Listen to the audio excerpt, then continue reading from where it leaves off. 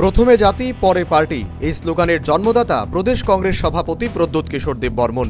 প্রদ্যোৎ এই বক্তব্যের মাধ্যমে বিভিন্ন সময় বুঝিয়েছিলেন এখানে জাতি বলতে রাজ্যের জনজাতিদের উল্লেখ করেছেন। তিনি এও বলেছিলেন রাজ্যের জনজাতিরা এখন দ্বিতীয় শ্রেণীর নাগরিক, আর ভিন্ন দেশ থেকে আসা লোকজন এ রাজ্যের প্রথম শ্রেণীর নাগরিক।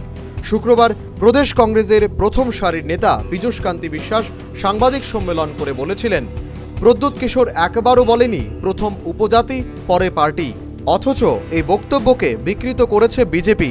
এখানে জাতি বলতে সমাজ ও নেশনকে বলা হয়েছে।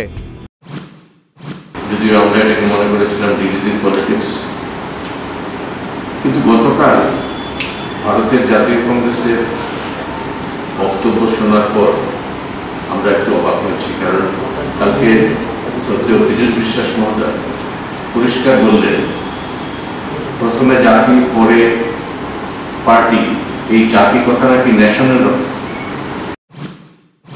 পীযূষ বিশ্বাসের এই বক্তব্যের তীব্র সমালোচনা করলেন বিজেপির মুখপাত্র অশোক সিনহা।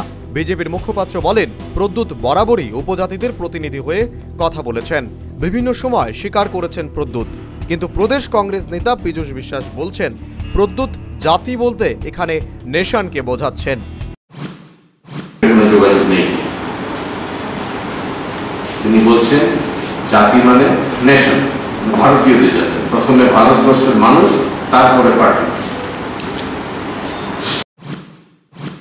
অশোক সিনহার দাবি কংগ্রেস সভাপতির বক্তব্যের সঙ্গে পীযূষ বিশ্বাসের বক্তব্যের কোনো মিল নেই, অর্থাৎ এই বক্তব্যের মাধ্যমে কংগ্রেস মানুষের কাছে বিশ্বাসযোগ্যতা হারিয়েছে। Bureau report, news vanguard.